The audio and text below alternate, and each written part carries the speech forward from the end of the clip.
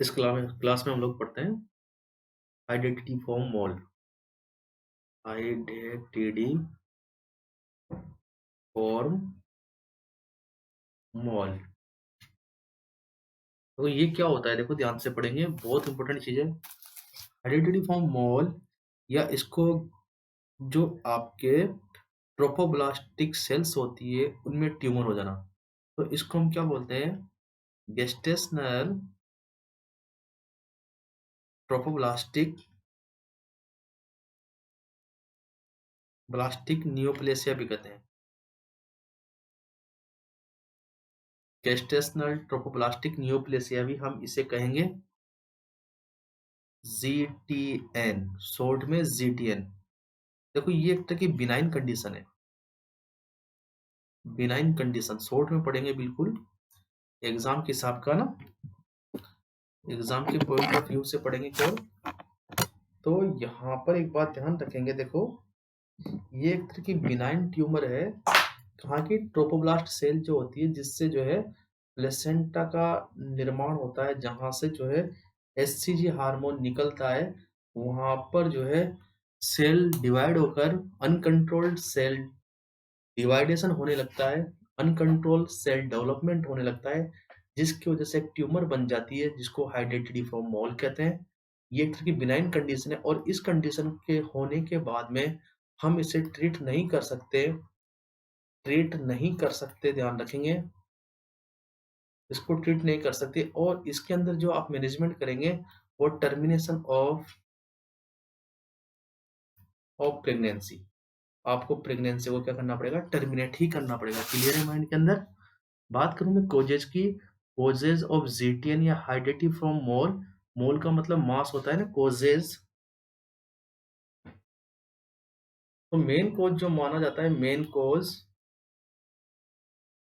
कोज जो माना जाता है, इंक्रीज एससीजी लेवल, एससीजी का सिक्रेशन बढ़ जाता है ट्रोफोब्लास्टिक सेल की से, और जिसकी वजह से वहां पर जो डेवलपमेंट ज्यादा होने लगता है। एससीजी का लेवल बढ़ जाने की वजह से आइडेंटिटी फॉर्म मोल होने के चांसेस बताए गए हैं। वैसे एक्यूरेट कोज जो है इसका अननोन है, ये बात ध्यान रखेंगे। और यहाँ पर याद देखो, अगर सिम्टम्स की बात करें जो कि इम्पोर्टेंट है एग्जाम के हिसाब से, सिम्टम्स की बात करें तो यहाँ पर वेजाइनल ब्लीडिंग होती है, एक तो वेजाइनल ब्लीडिंग, और साथ ही में जो है ब्लीडिंग के साथ में व्हाइट कलर का फ्लूइड आता है, white fluid with white fluid. जब आप देखोगे, वेजाइनल एग्जामिनेशन करते हैं, तो आपको वहां पर एक्सपल्सन ऑफ, बार की साइड में expulsion of grape like cluster,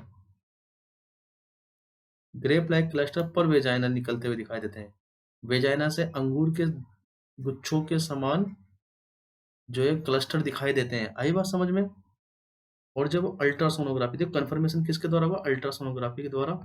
जब आप यूएसजी कराओगे, अल्ट्रासोनोग्राफी कराओगे, तो उसके अंदर स्नोस्ट्रॉम, ये बहुत इंपॉर्टेंट है, स्नोस्ट्रॉम एपियर, स्नोस्ट्रॉम जो है एपियर होगी इसके अंदर ना, स्नोस्ट्रॉम एपियर होगी, मतलब धुंधला धुंधला दिखाई देगा, धुंधला धुंधला आपको दिखाई देगा अल्ट्रासोनोग्राफी के अंदर। क्लियर है?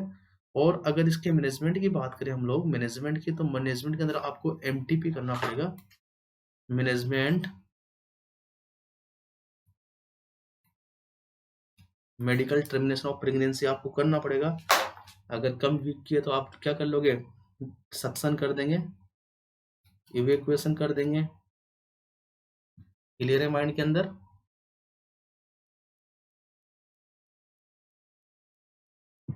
तो आपके पास में देखो, यहाँ पर मैनेजमेंट में आपने क्या किया? एमटीपी करना पड़ा, मेडिकल टर्मिनेशन ऑफ प्रेगनेंसी। और ड्रग ऑफ चॉइस जो याद रखेंगे, यहाँ पर जो ड्रग्स देंगे हम लोग, ड्रग ऑफ चॉइस देंगे मेथोट्रेक्सेट, जो कि एंटी नियोप्लास्टिक एजेंट है, जो कि कैंसर की ड्रग है। मेथोट्रेक्सेट देंगे, कैंसर ऑफ ड्रग्स है ये, कैंसर की ड्रग है। तो ड्रग ऑफ चॉइस कौन सी होती है यहाँ पे? एंटी नियोप्लास्टिक एजेंट देंगे, मेथोट्रेक्सेट देंगे। क्या देंगे?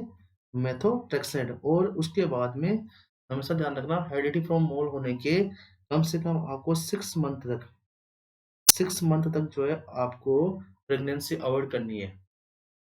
6 मंथ तक प्रेगनेंसी अवॉइड करनी है। अगर बेस्ट की बात करें, बेस्ट तो 3 साल तक बेस्ट रहेगा। 3 साल तक जो है प्रेगनेंसी ना करे तो बेस्ट रहेगा। तो ये हमारे पास में आइडेंटिटी फॉर्म मोल के बारे में था। इसके अलावा देखो बस इतना सा ध्यान रखना, आइडेंटिटी फॉर्म मोल के अंदर जो है आपके कौन सा हार्मोन बढ़ जाता है, एचसीजी हार्मोन, ये बात ध्यान रखना। और एमटीपी करना पड़ेगा आपको ना, क्लियर है ना।